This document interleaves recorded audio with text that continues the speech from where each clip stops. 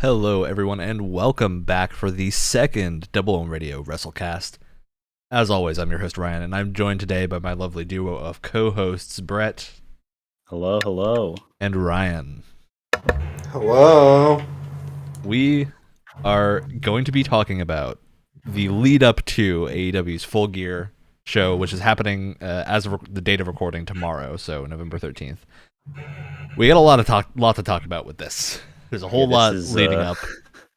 But before we get into the actual Full Gear show and Rampage tonight, I want to start off with just getting everyone's general thoughts about the last few Dynamites and Rampages and kind of the lead up to this pay-per-view. Not about any specific individual storylines, but more how have the last few weeks felt, and do you think they've done a good job of building to this major event that is like the first time we're seeing all of these like WWE transfers like Bryan Danielson and Adam Cole in these major matches that I think a lot of people are thinking these might be their first losses. It's one of the few times where there's that chance legitimately. So I am curious to get your guys' thoughts on the last few weeks.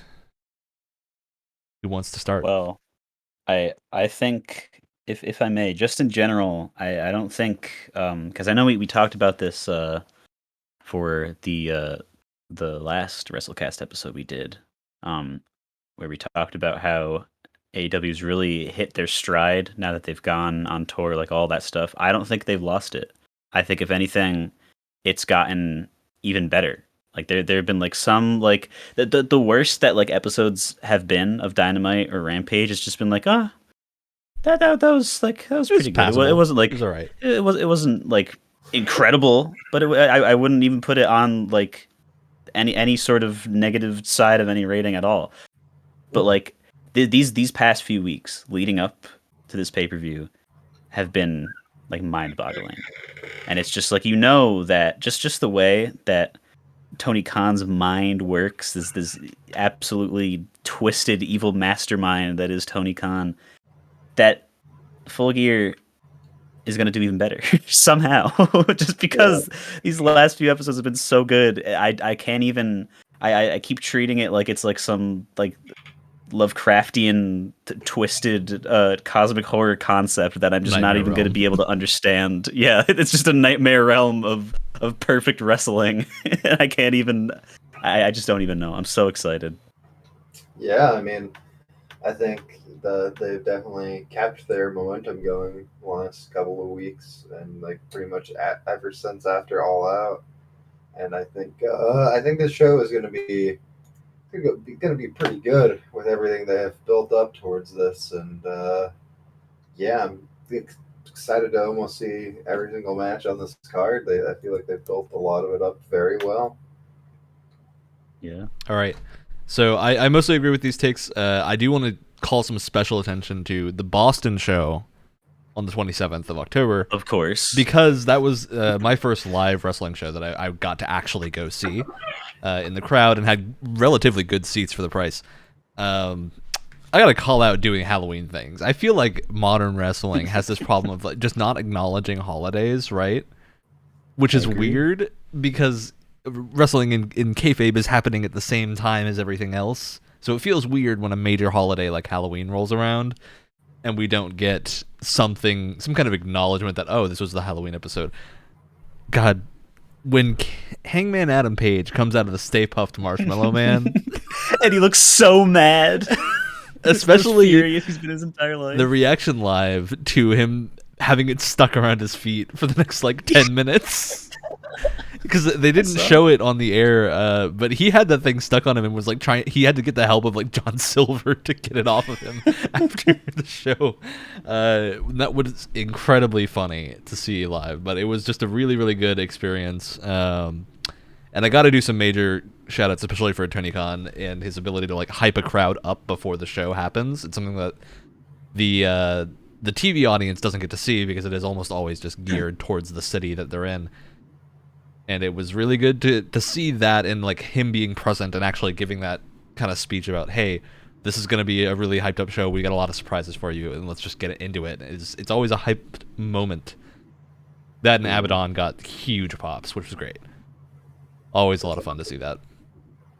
Plus, there was a "Let's Go" table chant at one point, and that's yes, because that table, I don't know how. There were two table malfunctions during this show. They did a good job of hiding it, but during the Sammy and Ethan Page match for the TNT title, not the announcers, but the timekeeper table had like a malfunction at the start because they went over there and did a few moves around it, and we're trying to get it set back up, and it kept falling afterwards. So the timekeepers just kept falling apart. They did a good job of hiding it, but it was very funny to see from the audience perspective. You could tell that was not meant to happen. Just the tables were weird that episode. A lot of strange things were happening. But that huge Halloween themed Ghostbusters thing going on at the end was great, especially with the theme that apparently had to basically be recorded that same day. Yep. A lot of fun to hear about that. Yeah. All right. Oh, go ahead, Brett. I was just gonna say, because I remember last year expecting like a fun Halloween thing, because at like cons that they went to and stuff, like Kenny would dress up with the Bucks as like Street Fighter characters and stuff like that. It's like it's weird that it's not more common for wrestlers to dress up for Halloween, because they dress up all the time anyway. That's all I wanted to say. I mean, it's the kind of thing of like if the New Day dresses up for Halloween, it doesn't really do a whole lot because they dress up as like Final Fantasy characters all the time. So it's not as unique. But I think especially Kenny Omega, you don't tend to see actual full costumes. You see some inspiration stuff, but not really full costumes. A lot of fun to see. All right. So this kind of leads into Rampage tonight. And I think the one kind of negative bit of feedback I have from the past few weeks that is kind of stuck in my mind is what is going on with Orange Cassidy and Matt Hardy. Listen, man. I don't. It's like a feud that will not end, because this has been going on since before All Out too, right? Or did it start at All Out? I think it was like teased before All Out, but it's hard to. That's the other thing, is I can't pinpoint a start for this, right? It just it feels like it's been going on forever.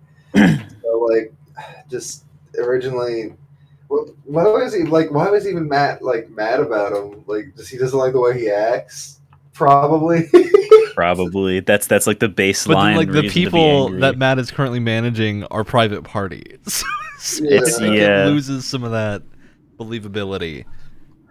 It's because that was a thing. Like, they teased the hair match, and then it was a swerve. It was with Jack Evans instead, and Orange still won. And like, oh, okay, that would have been like the end. And then they were both in the like #1 contender ladder match, and Matt did the side effect specifically on Orange Cassidy to continue the feud, because now Orange is going to the tournament all hurt. And they constantly show Matt Hardy watching all of his matches, and just looking angry. Angry Matt Hardy. I don't know. I feel like this, because I just have this opinion about Matt Hardy in general. I feel like this just would be more interesting and would lead to more funny, wacky Matt Hardy in AEW who can do whatever the hell he wants, like things, if he was still doing like the broken Matt Hardy gimmick. Because I like, probably for the locker room and for the guys that he has in his faction, it's probably awesome to have, like it's just like the classic thing with like a Chris Jericho in the Inner Circle. Like, you have the experienced name that everybody knows leading a bunch of youngsters into like making them more well known just by being around him, and that totally makes sense. But like, and Big Money Matt is a funny name to say, and is a funny concept, because it's just silly, but it doesn't go beyond that, really. Like, he doesn't.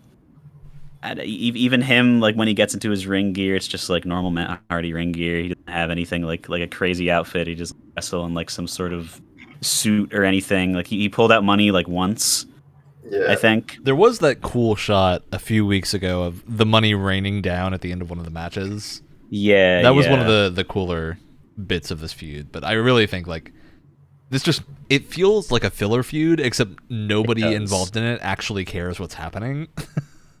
Yeah, I think, if anything, because tonight we have that's the lumberjack match, right? Yes, that is the lumberjack match tonight. I feel like if we're gonna have any like culmination, I feel like this could be it. It's not quite like cool enough to be in the pay-per-view itself, I guess, but it's literally the day right before it, and it's probably gonna end up taking up a majority of time that any one thing would take up in the Rampage episode. Yeah. So, I mean, it'll probably like that's the thing is like it's not like either Orange or Matt are like boring wrestlers. It's just like it feels like this feud is misplaced. Because both of these people seem like they would have better feuds with other wrestlers. Mm-hmm. Even though both of them are like incredibly talented, very high profile, people love both of them. It just seems like a feud where you would think Matt Hardy and Orange Cassidy would be really fun and entertaining, but it's just kind of not. Yeah. I guess they did, in a way, they did build to it to being a lumberjack match to be kind of funny, in a sense that Yuta got destroyed by Wardlow, so he's probably not going to be there. And then Chuck Taylor got taken out by Matt Hardy in the HFO after the match. Yeah. So, like, I don't know. The only thing I can legitimately think of here is maybe they like did that and Trent's coming back tonight. That's the only thing I can think of. Yeah. I could Trent, see that. or hey, it's tonight. It's not tomorrow. Didn't it's probably 50% joke, 50% real. Exactly. Okada's gonna be one of the lumberjacks. You know what? I'll say if that is the like surprise end to this match, because we only have 2 matches on Rampage tonight so far. Yes. And I think the overwhelming feeling is that they're probably going to add like a women's squash match. And they have to, yeah. Maybe something with Tay, maybe something with, I don't know, Anna Jay also feels like she needs more to happen recently. She needs a win. But there's a lot of stuff going on in the division that's a little weird. So we have only these 2 matches so far. And I wonder if they're going to use some of that time to show some chaos love. Because they also... should, dude. I don't know if this was a thing that Excalibur or JR just said on TV that was wrong, or if it's true, but they said Wardlow is now in chaos. No, yeah, that sounds like... That sounds like a JR moment. I feel like that's a JR moment. And maybe he's trying to insinuate that like he's going to bring the chaos to chaos, but yeah. It came out a little bit wrong and just said Wardlow's in chaos. I could see that happening. I want to see if there's going to be something that happens with that, because that is a weird thing to throw out there after all of these people get added to chaos. Yeah, I could totally see this being the chaos reveal. That would be a lot of fun. That'd be so fun. Especially because it doesn't seem like there's a lot of other payoff for this. Yeah. All right. Before we do go on, I did think of a complaint, and this is a very well known complaint. The people that talk to me about wrestling is that Cody is a silly little boy, Yes. and he's continued being a silly little boy from the last time that I had the same complaint in the last episode. You think Fuego Dos is going to show up? Dude, let's go. Fuego Dos and Chaos? Yeah, Fuego Dos. I'm in. All right. So I do want to start taking a tally of this. So I will be your arbiter. And because we just have the 2 of you right now, what I would like you 2 to do is take turns picking the winner of a match. And we're going to see who at the end of Full Gear, including this Rampage, has predicted the most matches correctly. Why? All right, and we're gonna have bonus points if you can call moves correctly too. Okay, so Ryan's gonna win. What I'm gonna ask you right now, I'm gonna give Brett first pick here. Does Cassidy or Hardy take home the lumberjack match? Listen, Okada's gonna come out. They're gonna have all the help. You're gonna think. But does Okada come out after Cassidy loses? I'm not sure, because I feel like I'm in Tony Khan's brain right now. I'm inspecting his neurons, seeing what he's thinking, and I think the expectation is like, oh, even though Best Friends is like bigger than they used to be, the Hardy family office is there's like 20 people that are on their side. There's a lot. Yeah. There's a lot of people. So I think the expectation is like they're going to be able to sway it and they're going to win, but I have a feeling I have a feeling that because Orange hasn't gotten. He's still the fan favorite, but he hasn't gotten like the win with like the funny move or like just doing something stupid to make a big guy look dumb. He's had a He lot hasn't of gotten that in a failed little orange bit. punches in the last couple of weeks. Exactly. I think it's time for things to change. I think he's going to beat Matt Hardy. Okay.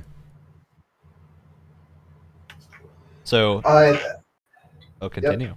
Continue. As I say, I was going to pick the same thing. I think Orange is going to win. However, I think you know what? Yeah, I think I agree with you. I think my mind was kind of floating with the idea of him doing one of his funny pins that he does, but Mm-hmm. I think you're right. I think like if this is going to be the end, hopefully it has to be like decisive. So I feel like there's going to be some sort of outside interference, whether that be Trent or Okada, as as ridiculous as that sounds in a lumberjack match, like to throw Hardy off, and then he eats the orange punch, and then I think that will be hopefully the end of the All right. of this Matt Hardy and Orange cast. So, Brett, what is your final locked-in answer for who you think's going to win this match? I think it's going to be Orange. Okay. So, then moving on to the other match we know for Rampage tonight, we have Bobby Fish versus Jungle Boy. I don't think there's not a lot going on in the feud storyline for this, aside from Fish just being a general bad dude. This is rather new. Although I am excited for this match. I think Bobby Fish has had a sure. really good showing in AEW so far. Agreed. Yeah. So I'm hyped to see what his match with Jungle Boy looks like. But Ryan, you get first pick here. Who do you think is going to win this match? Listen, Bobby Fish is a hometown boy, you know, Albany, New York, represent. However, much like Matt Sydal currently is right now, I don't think like he's meant to get a lot of big wins like this, especially over some like a rising star like Jungle Boy. And I think, and they even kind of alluded to that in the promo that they had, like with Bobby Fish talking to the Elite. It's like, hey, just wear him out. It's not because it sounded like let us finish it, but it's your job to wear him out. So I think it's gonna be like a nice competitive match. You know, Bobby is gonna try to kill him as much as he can, but I don't think he's going to. I don't think he's going to sink in the victory. I think Jungle Boy is going to pull the victory out in the end here. Fish going for like some injury angles and not necessarily the win. Yeah. All right. So, unless we have any comments about that match, we can move on to the buy-in, which is Nyla Rose and Jamie Hayter versus Thunder Rosa and Hikaru Shida.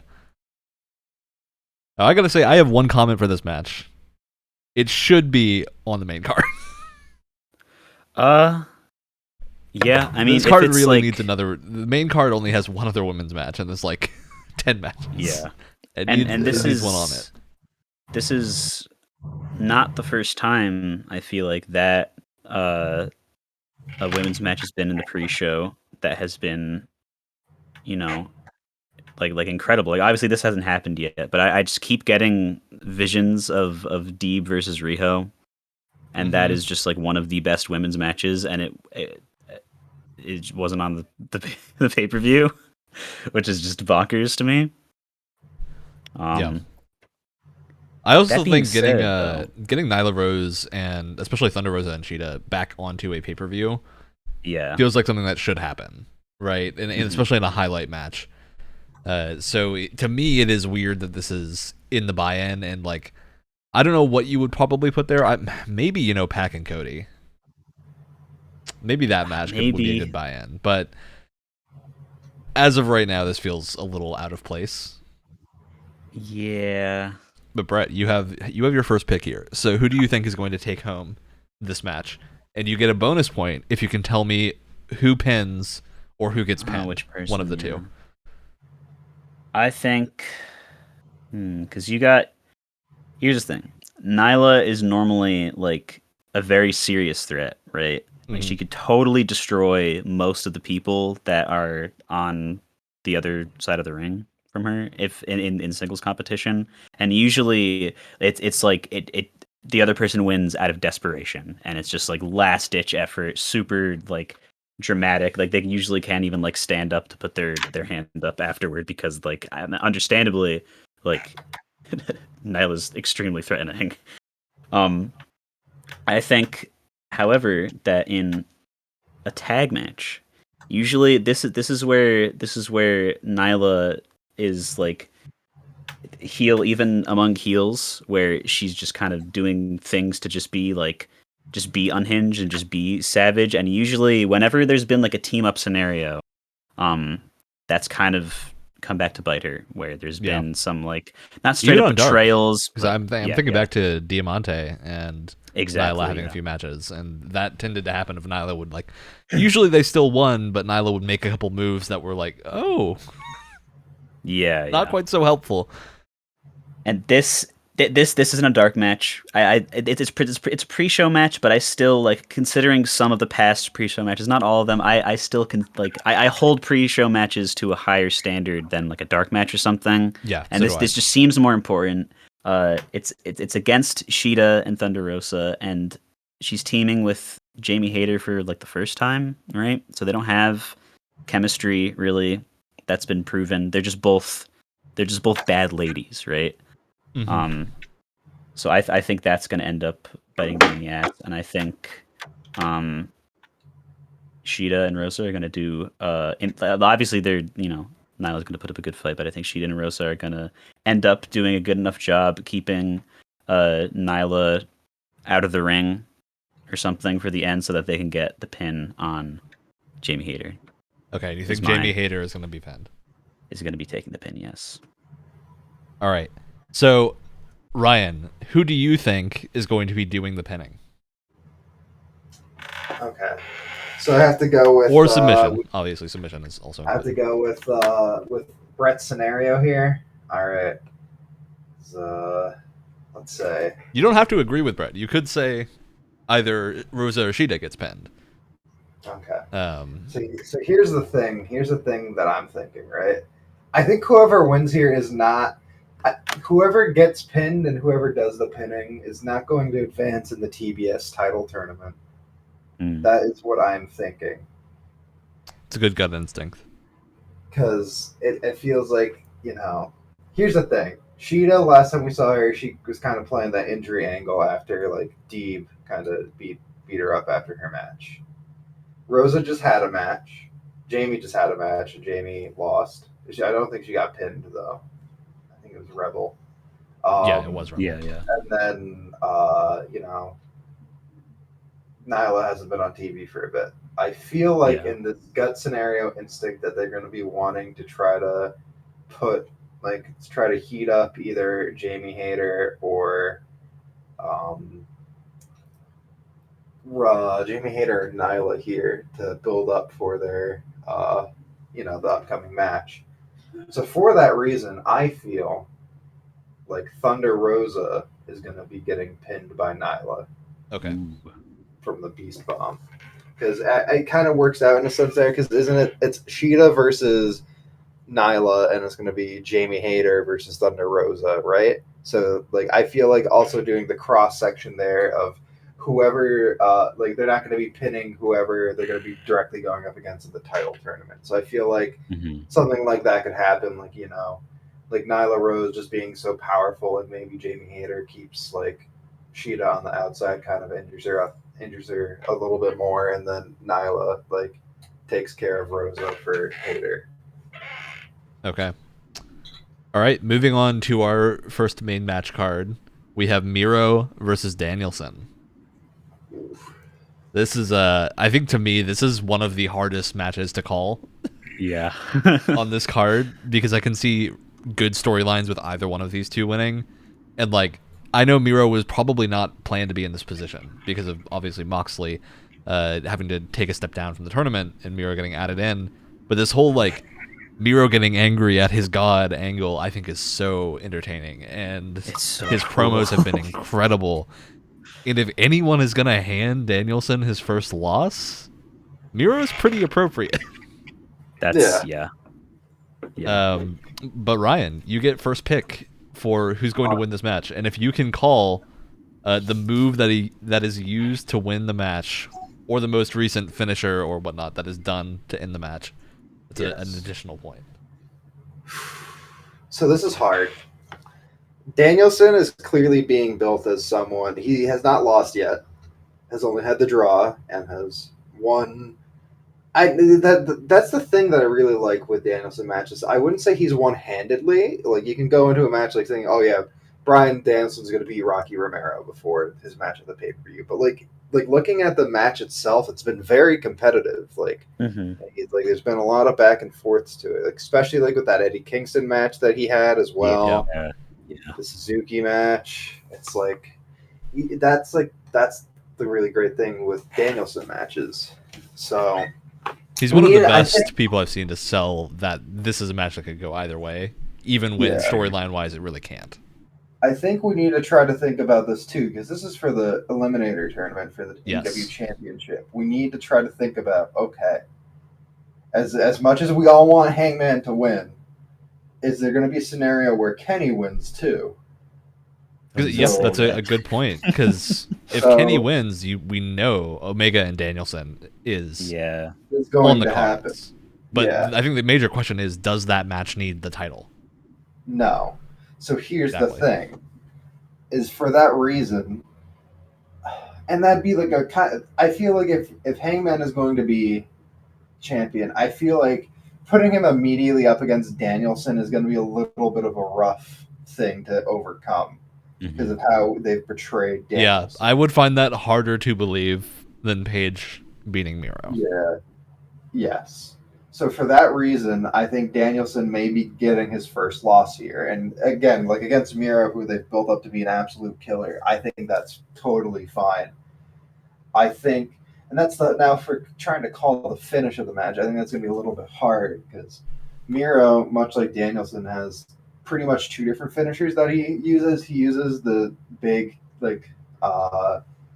crescent kick, sort of super kick thing he does, where he just like kicks their head off, but he also does the game over. I think in this scenario, I think Bryan Danielson may lose via submission, but he won't tap out.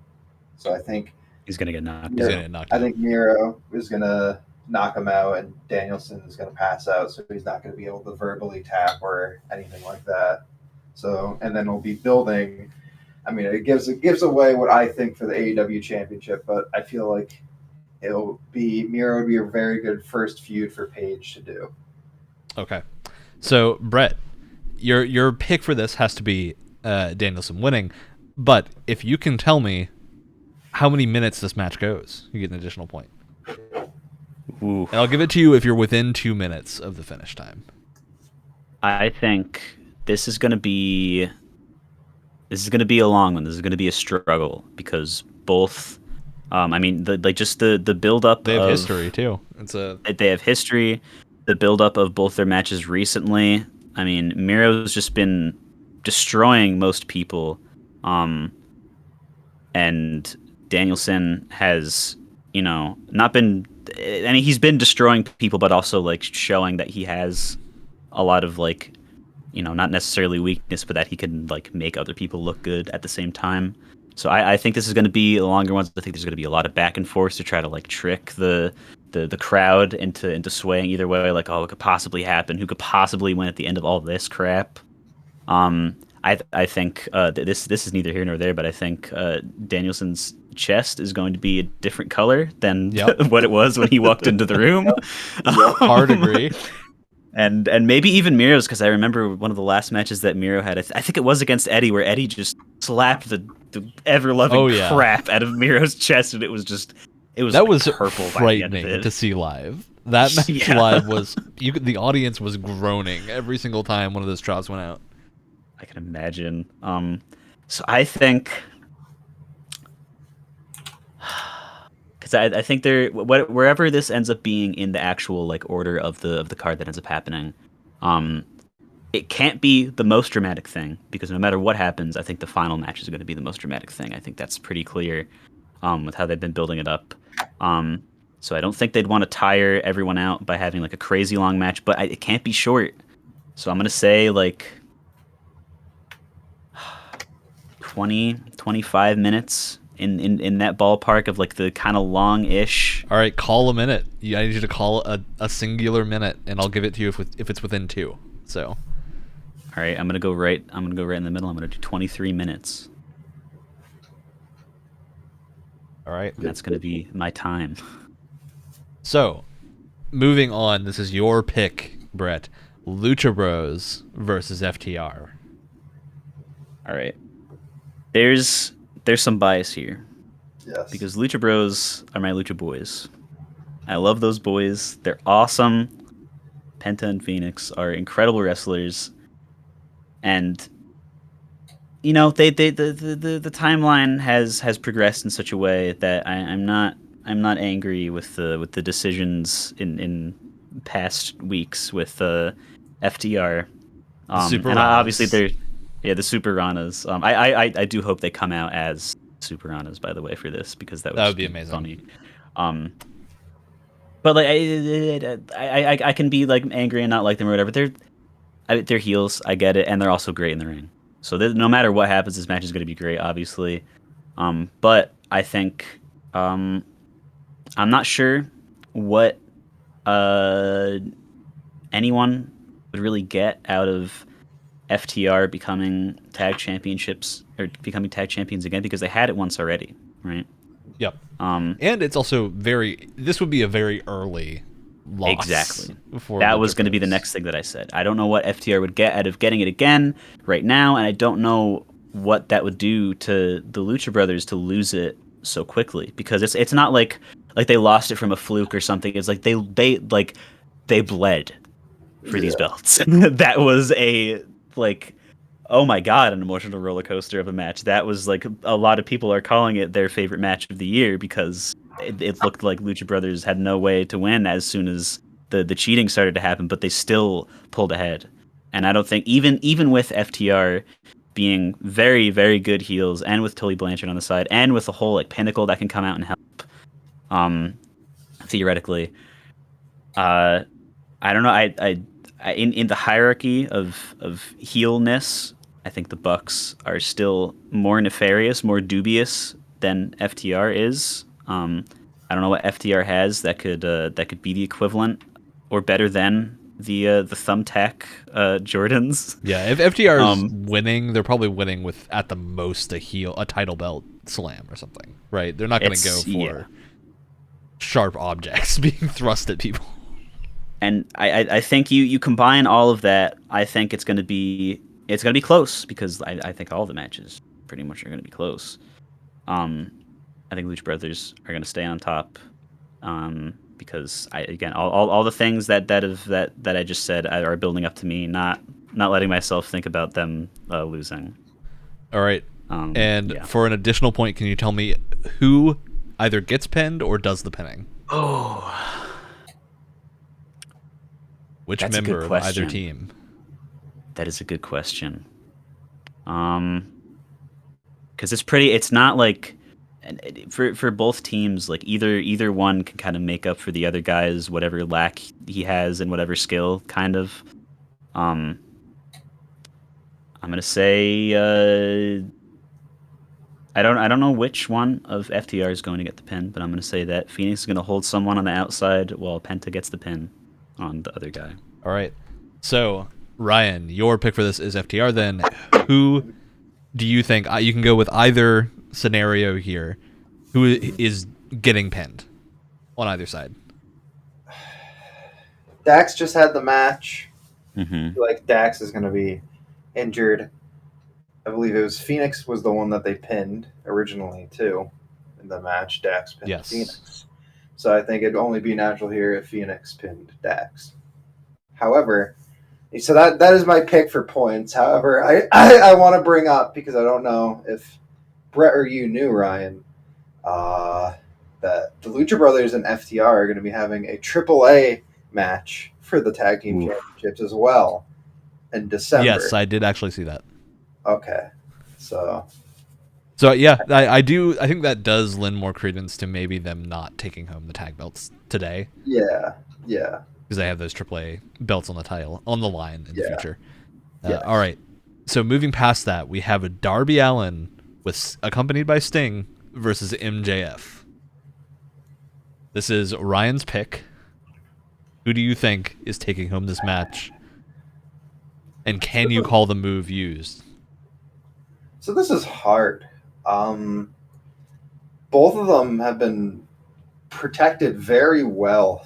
I'm just Like, imagining the promos like, we would the get, whole- no matter who wins. Yeah, both of them have been protected so well, and this is what makes it even harder. Is technically, if we look back to the last pay-per-view, they both lost. Yep. So It's not like either of them has not seen a loss recently. So Yeah. yes. it's harder to call than the undefeated streaks that we often see. Yeah. So as much as I want Darby Allin to win, and I feel like he should win, like I feel like my heart wants Darby to win, but again, I'm trying to think about this down the line. MJF mentioned the history that he also had with Hangman, him winning the Dynamite ring originally off Yep. of him when they first introduced that. And I feel like if they need to start to try to build up some more of, like, we've had a heel champion for how long? We need to start to build up heel contenders for the face champion to go up against. Yes. And I feel like MJF getting the win here would probably be for the best.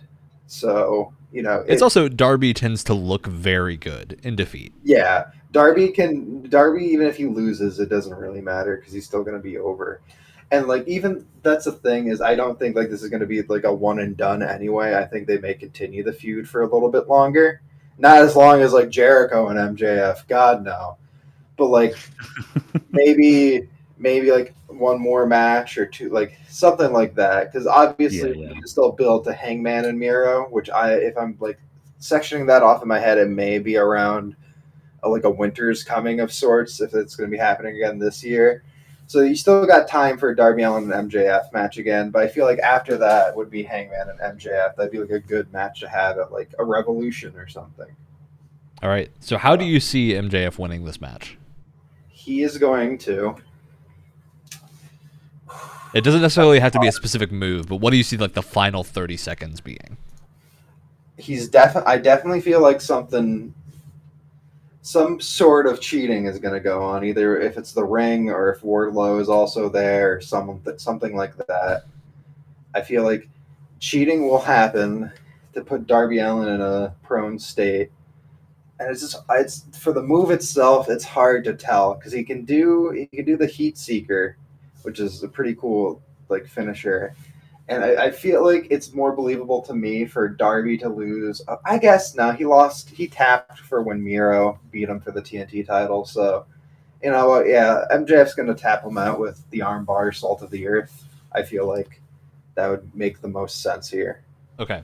So, Brett, for your bonus point, does Darby either win or lose because of Sting? Who? Because here's the thing.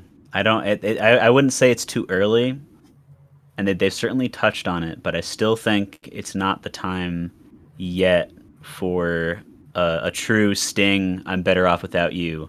I'm gonna fight you to prove that I'm better off without you. Yet I don't think it's time for that yet. Maybe that will never be decided in a match with Sting. It'll just be decided with like Sting like being there and him like seeing that Darby can like do stuff on his own.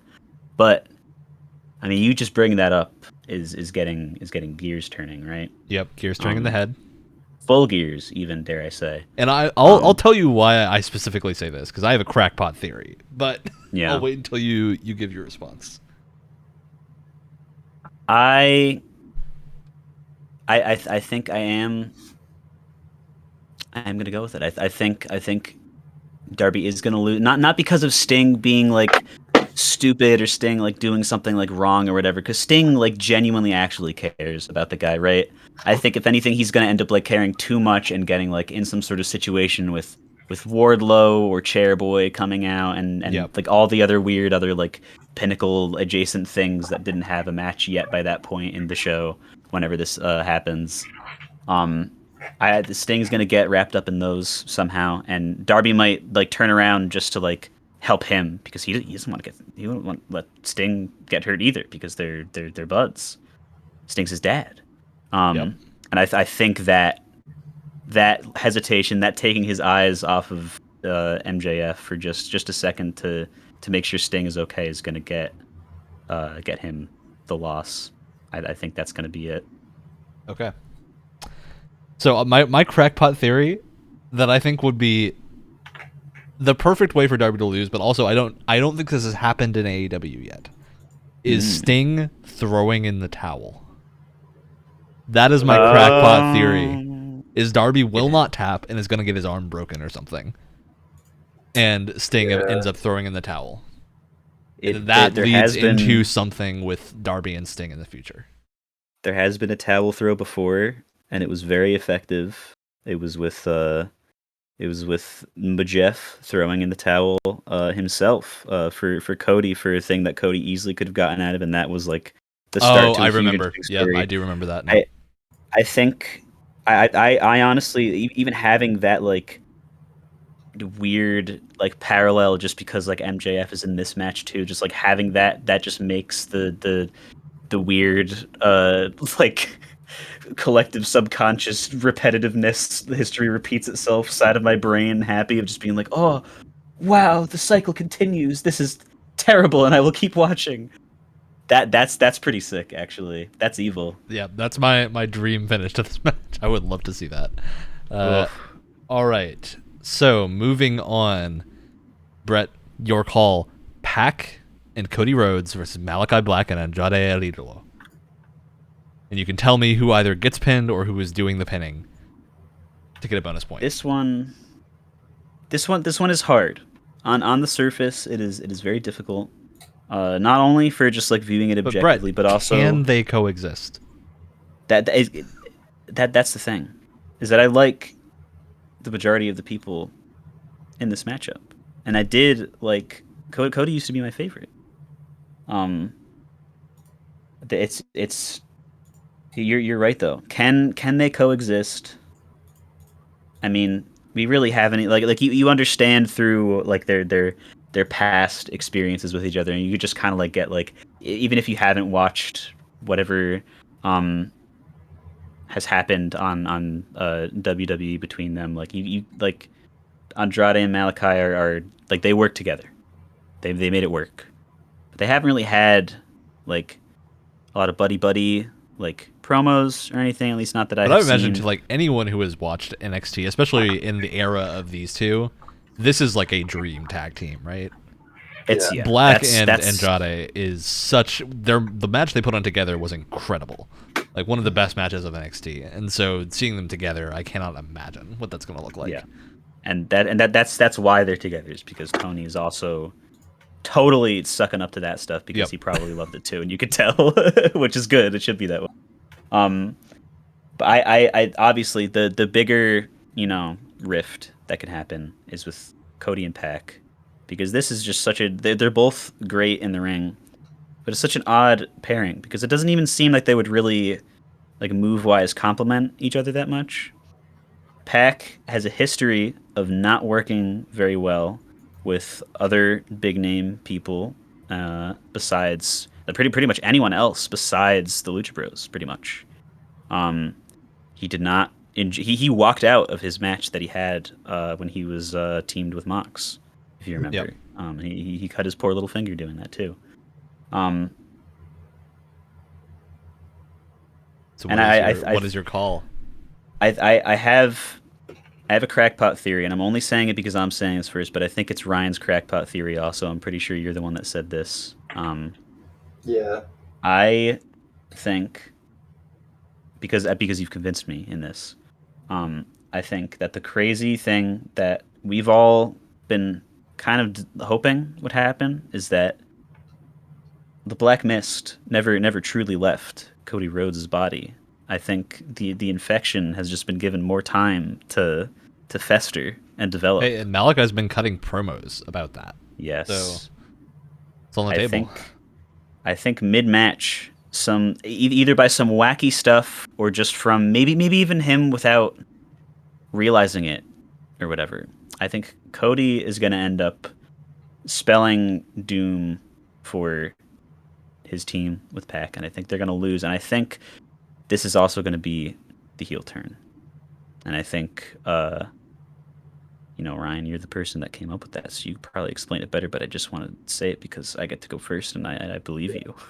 Yeah, it just makes sense because the whole thing of they've been teasing it still, and like even Tony Khan said, "Oh, we've heard you." Because let's face it, Cody's been getting very mixed reactions. Dude, there were Mixed. thunderous boos at the live crowd. It sounded less bad than it did on TV because there was like a segment of the audience that liked Cody towards where the cameras were, but the entire side that I was on, thunderous boos. Yeah, it's. I think it makes the most sense that this is going to be the thing that breaks it. They don't, Pac's know not to work well with people, and I feel like, as Brett said, something's going to happen, and Cody is going to get pissed, and he's going to just turn on him because, because I feel like it's like that's the thing. It's like this is Andrade and Malachi's first pay-per-view appearance too, and I feel like even though like Andrade just cheated to win against Cody, I feel like they still need a bit more, like to like show that like they're like threats. So I feel like Cody can take another loss. And like that, I feel like it's fine here because I think that would set him over the edge. He finally beat Malachi, but now he's still losing again. I think he's gonna turn on poor old Pac. All right, so Brett, I will count Cody turning heel as your prediction for this. So Ryan, who either gets pinned or does the pinning? I think Pac is gonna get pinned by Malachi. Okay. All right. So after that match, we move into the Inner Circle versus American Top Team and Men of the Year in a Minneapolis street fight. Specifically Minneapolis street fight. Specifically very Minneapolis street fight. Very important. All right. So, Ryan, you get first pick on this. Who do you think is winning? And because I think it's a little easy for this match to predict who gets pinned, I'm going to instead ask you, does at some point Chris Jericho end up about to be pinned and then get saved? Yes. Specifically, the pin happening by Dan Lambert. Of course. Yes. Okay. Yes. And I feel like what a twist. Dan Lambert is going to probably tap out to the walls of Jericho. Wow, crazy. All right. So, Brett, for your bonus point with this match, give me some wild prediction here. Is there a street fight weapon you want to see? Is there something crazy you think is going to happen? I think, and this isn't necessarily like absolutely like crazy, but I've been thinking about this because it's part of his character that he just kind of like Dan Lambert wears like the button up American Top Team patch like shirt and just like some dumpy dad jeans. He hasn't had to look like even though it's a street fight, he's wrestling. And street fight usually you got the jeans and some pro wrestling tees shirt with maybe some I don't know like knee pads or something. You look like you're from like Escape from New York or something. I think Division 2 starting character, Yeah, exactly. They're going to the dark zone. I think because Dan Lambert likes to throw out oddly specific dates and names at the top of his lungs, voice cracks included, I think his outfit is going to be a silly reference to something that probably only Excalibur and Ryan will get, and then they'll tell me, and I'll go, "Oh, that's cool." Okay.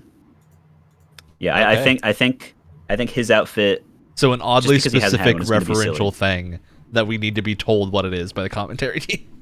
It's specifically relating to Dan Lambert's outfit. I think I have enough confidence in him, having to wear something, and unless he literally just comes out in his normal. That would be kind of funny if he just came out in literally his normal. His normal.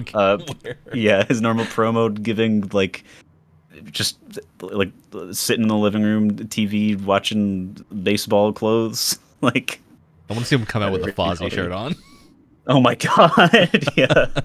All right. And then like try to rip it in half, but he can't, so he gets one of his American Top Team guys to do it. Be great. After that, we have the Super Click versus Jungle Boy, Luchasaurus, and Christian Cage in a Falls Count Anywhere match. So this is Brett's pick. Who do you think is taking this match home, and who is either getting pinned or doing the pinning? This one is tough for me the way that I think about it, because I don't think I mean they act like and are called stooges, you know, but I don't think it's really necessarily a good thing or a very like super possible thing that Tony Khan will do to just like make the Bucks look like powerless or stupid or just like that, like because they've lost so much so quickly recently. And if they go with the storyline that people have been kind of rumoring with Kenny possibly getting ejected from the Elite for some reason, you kind of want the Bucks to look good for that, right? It's you like they have they're not like kicking Kenny out and then like, oh my god, what a bunch of nerds. They literally just screwed themselves over even more. Like, no, they need to like, oh, we're more powerful than we would be with you because Kenny loses the belt theoretically. And as much as I love Christian and the Jurassic Express, it's a Falls Count Anywhere match, and it's against Adam Cole and the Young Bucks, who are like I said before, like the heelest heels that you can get there, like MJF, pretty much like the heelest heels you can get. Pretty much, they're gonna like the stadium's gonna be taken apart for this match, and they're gonna be using a bunch of creative things that they did a good job of showing that Jurassic Express and Christian can be very mean and very angry, and they can use those chairs and hit people very hard with them, but they don't do that super often because they're good boys. They're good little boys. They don't want to. They're not going to be the ones to escalate the match. No, yeah, they're not going to be. They're going to be the ones on the defensive, I think, for the most part. I think Luchasaurus is going to do some cool stuff. I think Jungle Boy is going to do some cool stuff. I think Christian is going to do some cool stuff. But I think in the end, even after them looking good, they're just going to be completely busted up by the Bucks and Adam Cole, because I think they need something to still cement them being in their view at the top without them looking stupid. Because when someone loses a bunch and they still consider themselves the best, that's like unless you're going for that, unless you're going for them being like blindly like optimistic about themselves, it just makes them look stupid. And I don't think the Bucks are in a place to look stupid, especially if the rumored theoretical storyline with them booting Kenny out is going to happen and be successful. It's also, I think, Jungle Boy and Luchasaurus especially can get pinned and not look too bad. I'm iffy on Christian. I think Adam Cole could probably pin Christian and maybe mirror the that storyline with Kenny having been beaten by Christian before. I think that creates a cool parallel, but I don't think Christian is getting pinned by either of the other two. So who do you think is getting either pinned or doing the pinning? Well, that's the thing, is we're taking into consideration what's been said earlier on what's going to happen tonight possibly, and the objective of Mr. Fish fighting Jungle Boy is to injure him. And I think whether or not Jungle Boy wins that or not, it's going to be successful. I mean, you're going into a match against Bobby Fish. You're going to get like pulled in half. I think that's going to result in Jungle Boy getting pinned. I don't know who's pinning. Probably Adam Cole just can like continue that feud between them, like specifically, just because I think that's been pretty interesting. And having Jungle Boy go up against someone as well established as Adam Cole is just interesting to watch because they're both so good. Yeah. Great pairing. All right, so Ryan, who do you think is either getting pinned or doing the pinning? Oof. All right. See, this is hard, right? Just to like think about this and too. You can say the same thing if you want, but that does mean there's no change in points at the end of it. So it is up to you. And let me just. Who did you choose again? I need to get the names. Adam pinning who? Brett? Pinning Jungle Boy. Pinning Jungle Boy. Okay. So the hard thing about this is this is Christian's first match back since he got the injury angle. Is that for like? Yep. Maybe the second anniversary Dynamite or whatever. Is that the last time I think he appeared? so. Yeah. That sounds about right. So it's his first match back. He dropped the Impact title. Mm-hmm. But, you know, it's not necessarily something that Christian, you know, needs to win all the time. And, you know, it's been a little bit of a weird, like, relationship that he's had with the Lucha Express. Nothing. Lucha Express. Lucha Express, the Jungle Express. Hey, Lucha Express is a good name too. It is. So that's the thing. Is I agree. I think I do think that the Bucks and Adam probably are going to win this, but at the same time, it's like Jungle Boy. You know, that's the thing. Is like it feels like Jungle Boy and Luchasaurus just lose so much so often. It's just, you know. Mm-hmm. It's like they're always like they can never hit like the big one pretty much. But I think I'm gonna change it though, even though it does make a little bit. It's a little bit out there. I do think it's gonna be Adam Cole pinning, but I think it's gonna be Christian. Okay. So, any other thoughts about this match before we move on? I think we hit most of it. Yeah, it's gonna be really good. I think I am so excited to see where the Super Click goes to. I think they're a very exciting tag, especially with the hints that Cole has been dropping about Undisputed Era and whatnot, seeing where the Bobby Fish relationship goes and whatnot. I think there could be some banger matches coming out of that. As well as seeing where Jurassic Express goes next, and Christian Cage, because I think Christian absolutely has some great matches that could happen, and I feel like he would be a good candidate for a face v face versus Hangman. Yeah, Totally. I would love to see that match. So I think those two are headed for great things. But moving on to Dr. Britt Baker, DMD, versus Ty Conte for the AEW Women's World Championship. This is Ryan's pick. Who do you think is taking this home? And if you can predict what the last 30 seconds of this look like, and it is not just a standard lockjaw finish. I was going to say. And it's not a standard lockjaw. If it's just the lockjaw, we're not going to give any points for this one, because I think this is a match that's hard to...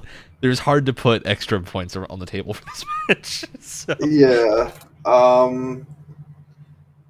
What a really cool feud. The butt feud. The butt feud. Hey, occasionally you need a lighthearted match on the card. Yeah.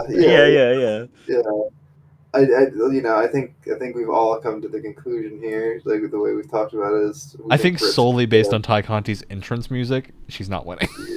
Yeah.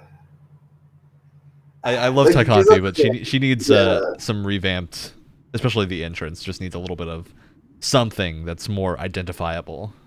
Mm-hmm. And like Ty has been great ever since coming to AEW. She's been doing really well, and she's been getting so much better.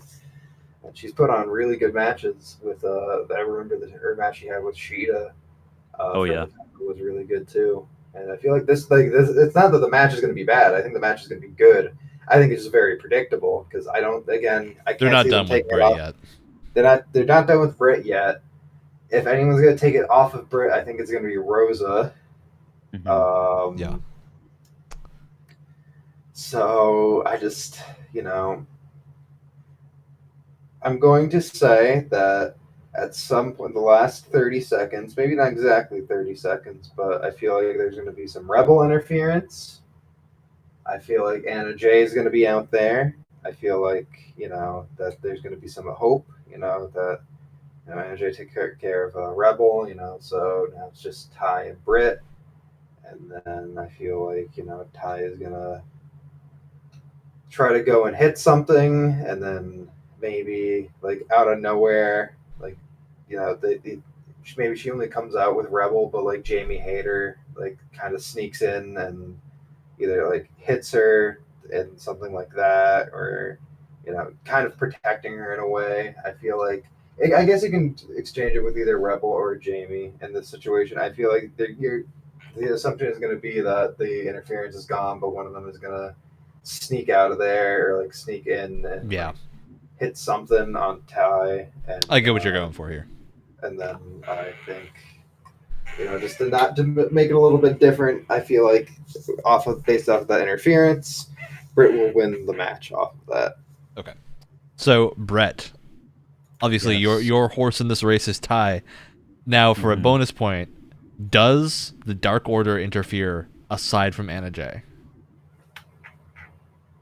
That is... That's interesting. Because we're not on live television, so you don't have the TNT overlords and the live television overlords mad about like a guy. And I'll extend that to be, does someone that is not Anna Jay interfere on behalf of Ty Conte? I think that opens up a little more. I think I could see it happening, right? Where maybe like everyone comes out, because they usually never come out like only one of them. It's like the whole group. If anyone comes out like alone, it's going to be Anna Jay comes out alone. Some other things will happen. Then the rest of the Dark Order come out. And like Uno or Johnny Hungy is just gonna like give one of the people on the outside on Britt's side like a very mean look and like step up to them and then flex his absolutely gigantic freakish arms and scream or something. Because we haven't gotten to the point in AEW, or I guess in wrestling on television, even though this is a pay-per-view, where we have like a lot of intergender stuff. I mean, they've called things. It's basically limited to like Royal Rumbles and stuff like that. Yeah, exactly. If even like, I don't know, they've called things intergender matches, and then they happen, and then they were just kind of like. It's kind of like, someone showed up and did one move on. Exactly. Yeah. And then this is getting into a tangent, but like it's kind of disappointing because like you have people like Orange and Statlander who have fought each other so many times. And I could see Statlander pinning like over half of the men's rosters. Absolutely. So, pipe dream someday, please, Tony Khan. You have the balls. You must use them. And I don't think I think after all that, I don't think they're here. I don't think the rest of the Dark Order come out, because if they did, John Silver's gonna walk up to Rebel and like yell and say "Budge" really loud. And it's funny, like sure, if that happened, like I guess like I lost the point or whatever, but it'd be funny. But they wouldn't be able to do anything. Your gut says it's not going to happen. It wouldn't add not anything. Happen. No. All right. I think so. So moving on to our final two matches, I think two that are also hard to call. CM Punk versus Eddie Kingston. Ooh. Does Punk get his first loss? Brett, this is your pick. Oh my God. This is. I just want to say, there better be at least two matches in between this and the title match, because this is going to be the other one that's going to be very emotional, just because of the promos and stuff that they've cut against each other have been super like real and like actually like tangibly heated and stuff. Like obviously it's all like kayfabe and stuff, and they're probably buds in the locker room, but they just like they find things to pick at with each other where it's just like, oh my God, that's insulting. That's rude. That's like actually really hurtful to say to somebody about their career, especially Eddie too, who comes off as like whether he's a heel or not, just like super real. And I've said People this to both love of you. Kingston. Like during that Boston show, Kingston was getting maybe the loudest chants I've heard for someone. Which makes sense, because he's awesome, and I think if you're really gonna put somebody on the opposite side of the ring from Punk, the guy who like gets chants when he's not even there, when literally his name is just said, it's gonna be Eddie, because people chant for Eddie no matter what, and Punk didn't have to say, "Oh, everybody cheer for Eddie now." Eddie just said things, and then the crowd started chanting Eddie's name as loud as they were chanting Punk's name, and that is like, it's such a simple thing, and it sounds so stupid, but like. If you know, you know, basically. Like that is huge. Eddie is like That being said, definitely one of the most heartwarming underdogs who's also just a monster absolutely. heel sometimes. Absolutely. That being said, I don't know. I don't know if it's time Punk to lose yet, because I think, what is it? Danielson's been here for less time, but he's wrestled like 10 times more No, matches Punk because he has not wrestles had like good matches. Brian Danielson wrestles like every single day of the week because there's something wrong with him, and then he needs to be stopped because he's insane. But and I think that lends more credence to the idea that he's gonna get beat just because he's wrestled so much, and he had that match earlier this week. But for Punk, matches with him are still a little more on the special side. You don't see them all the time. He usually comes out and talks more than he comes out and fights a match. Even though his matches are really good, I still don't think he's been around enough and fought enough to lose to Eddie Kingston. As much as I love Eddie, um, but I also don't think they're gonna make Eddie look bad, because why would you? I mean, people love Eddie. I don't think it's time. Like both of them. I said this to both of you that it's really not super time for either of them to turn like super dark heel like right now. Like just the arguments that they both had against each other were very like they were Legitimate. very like legitimate, real arguments. Like Eddie's just defending himself, and then he says something really insulting to Punk, and then Punk is just defending himself. And like, yeah, it's instigated from a misunderstanding in the first place of being interrupted by someone else just being like really pissed that they lost. Um, yeah, I don't think it's time for Punk to turn heel yet. I don't think it's time for Eddie to be made to look very bad, because I think in a matchup with Punk, he's going to do pretty good. But I think in the end, yeah, I don't think he's gonna. I think they'll probably do the thing where they've done this before, where Eddie just he gets knocked out somehow and is unable to tap, unable to fend for himself. Because that look is just so good for Eddie, where you can just always say that like, oh, no, I'm guy, I'm tougher than you. Yeah, you knocked me out, but I didn't willingly. If I was still awake, I would have kept going. Like that sort of thing just works so well for Eddie that I could see it happening. All right. Again here. So I'll count Punk winning via knockout for your bonus point too. So Ryan, your horse in this race is Eddie Kingston. Can you tell me something that you would predict that happens during this match that is worthy of an extra point? Wild predictions, anything crazy you think is going to happen, some storyline moment they'll do mid-match. I feel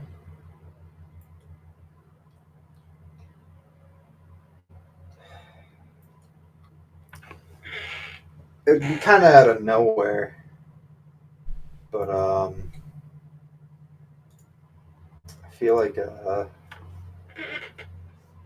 feel like just something that maybe not in the match but post match. I feel like as much as we don't want it to happen, I feel like I don't know, maybe. I definitely feel like that someone may be turning here. All right, Maybe so not a immediately. post-match heel turn will be your Yeah. bonus point for this. Yes. Okay. My crackpot theory for this match, and this is another one that I think is about as unlikely as the Darby and Sting towel throw. I think there is a slim chance this match ends via double countout.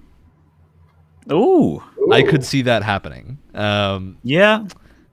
I don't know if it's the right time for Punk to lose via double countout, and I don't know if it's the right time for Eddie to get counted out either, because both of them are such fighters that I think like it makes more sense for a knockout submission to happen than for a double countout. But AEW so rarely does them that I think when it ends up lining up so that it could make sense in a storyline, I think there's a greater than average chance it happens. That's my wild crackpot theory. Double count out, nobody turns heel. We get just a solid match between two tweeners that is excellent. And Okay. if anything, that might make them like theoretically like respect each other more or something. Like, oh wow, Dude, I would love if they do that and it leads into some crazy Miracle World scenario where Punk and Kingston are on a tag team. Just for a little bit, yeah, that'd Just be for like sick. one I'd like match. that. Just Yeah, that'd be wild. throw them against a common enemy for some reason. Yeah. All right, so our final match of the night, Omega, our world championship, is on the line between Kenny Omega and Hangman Adam Page. Who is taking the championship home? Ryan, this is your call. Well, I think we're in for a big match here. I think it's going to be quite the match. I think there's going to be some awesome entrances on both sides. I feel like there's going to be a lot of drama within this match, some callbacks to maybe their match that they had at Full Gear last year, maybe to even some older moments that they've had together, maybe trying to bust out like other people's moves that they've had. I definitely feel like I think it just only would make sense here if Omega were to hit the One Wing Angel here, and for Hangman to finally be the one to kick out of that move. He'd be the only other person besides Kota Ibushi to kick out of the move, and I feel like that Hangman's going to be winning this with the Buckshot Lariat. Okay. Yeah. I don't know. Like it's so hard to tell for this match. Like, and I will count kicking out of the One Winged story-wise. Angel as your bonus point for this. Okay. So, Brett, I need a prediction from you for this match. Something that is going to happen. No matter who you think actually is going to win. What do you think is something that'll either happen during the match or immediately post-match or immediately before the match worthy of an extra point? Well, this isn't the point worthy thing, but I just want to say that I think the crowd for this match is going to be bonkers. Like unlike maybe anything that we've ever seen in an AEW show. Like people have been looking forward to this for so long. People are going to be going absolutely ape for this stuff.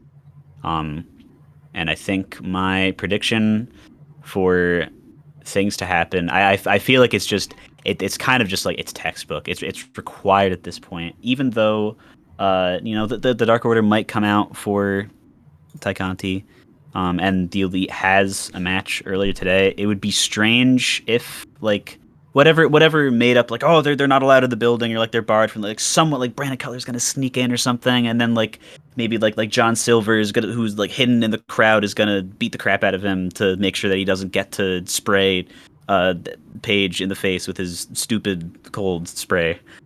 Like some interference, maybe not on like because we're expecting the typical like big like huge like 10-man bash on the outside of the ring that like Kenny's gonna do a tope to slam it at everybody, and then after that Hangman's gonna follow it up with another tope, and like granted it would be cool because that's always like fun to watch, but it's expected.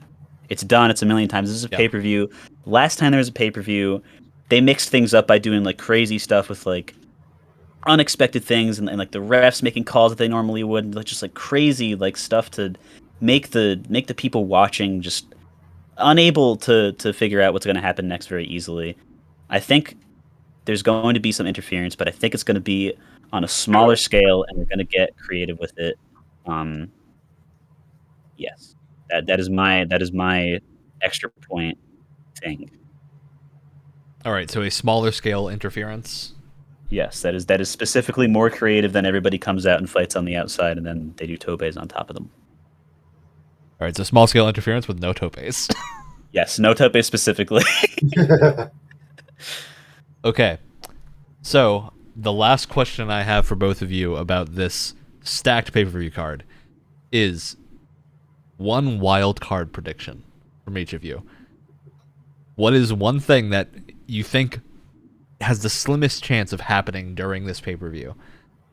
Can be related to a match, can be not related to a match, could be a referee thing, could be a surprise appearance, a surprise promo. What do you think is something crazy that we're going to get during this pay-per-view? Whoever wants to go first can go. Ryan, you go, because I don't want to say the same thing. Okay.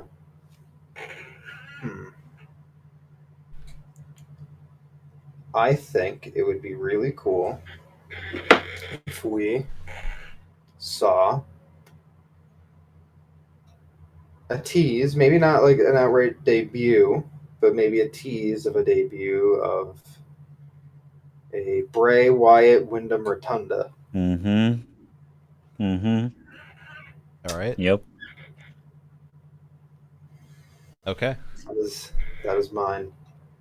But if Brett wants to take that one, I'll take another. I'll take another shot in the dark. I'll say we'll be seeing.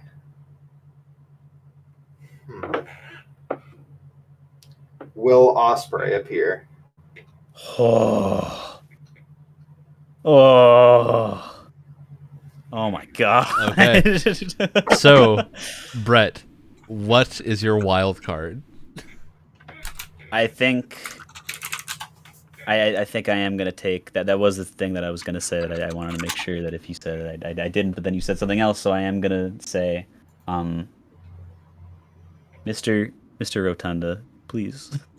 Matt Hardy's been posting so many pictures of specifically him with Bray Wyatt, and it's just like, Come on. I mean, he could literally just be doing the same thing that he So did I'll ask, before does he got let show go. up in the Black and Andrade match?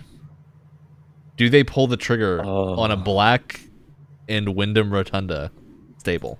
Oh, that would just be a dream, wouldn't it? That would just be perfect, wouldn't it? I don't know if I'm gonna strap myself to that specifically. This is But not the point. Does your gut think that is where it will happen if it does happen? I mean, yeah, because I forget if I said this when we were recording or not, but like there's just not a lot of obvious space where you could fit a surprise. Like, you can't person. fit Bray Wyatt as much as I think you could come up with something to put him in the Dark Order. That doesn't fit with what the Dark Order is currently, unless Rotunda does like a wild turn. Yeah, and there's nothing here that has enough of a Dark Order presence to make Wyatt showing up feel like it needed to be there. So. I think him showing up for that match would probably make the most sense. But I mean, we've wanted it for a while. Like, he's just gonna have so much more creative freedom than he used to, and he's not gonna be like put down for it either. Like, and he's not gonna be worrying that he'll get fired. Exactly. Like, you have people, when you have people like Abaddon in your company, that people like Bray Wyatt are going to thrive and do whatever they want because it's gonna be awesome. Yeah. Yeah. Please, Tony Khan. I've been praying every night for a year for this. There's so much to look forward to in this card, and I cannot wait to see how crazy Hangman and Kenny go during this match. Yeah. Especially after the contract signing in blood. I think Darby and MJF is going to be a surprise hit compared to a lot of the other matches on this card, just because it's so stacked, right? There's very little room to breathe on the entire card. Like, even the buy-in is already a great looking match, so it's going to be hard to find room to breathe here, but there's a lot of very fun things on the table. Yeah, I think just in general, and this is, I sound like a crazy person saying this probably with such high expectations, but I literally, everything that we said could be wrong and still be great. I would still enjoy it. Because just from everything that they've been doing recently, is I like, sure, these are things that I want to happen, and these are things that I can see happening, but like, Tony Khan and everyone at the top and everyone who's making their own stories just like knows what people expect so well, and they just see what people want to happen, and they know how to either give it to them or give it to them in a way that they wouldn't expect. And I just, no matter what happens, this is going to be more than worth the $50 to get it. This is going to be absolutely insanity. All right, then we will all see you again next week for our review of the actual pay-per-view, that once it is officially done. Yes, it'll probably be sometime around midweek or end of the week, so we'll plan on getting that out next week. And for now, that is the Wrestlecast done for today. Bye-bye. Goodbye, everybody. We still got the outro still playing, so Yeah, he's still... we're still sitting here for a little while. Ugh. I'm not prepared. It doesn't feel like it's tomorrow. It feels like tomorrow is like a holiday or something. I have the weird holiday flutters in my chest.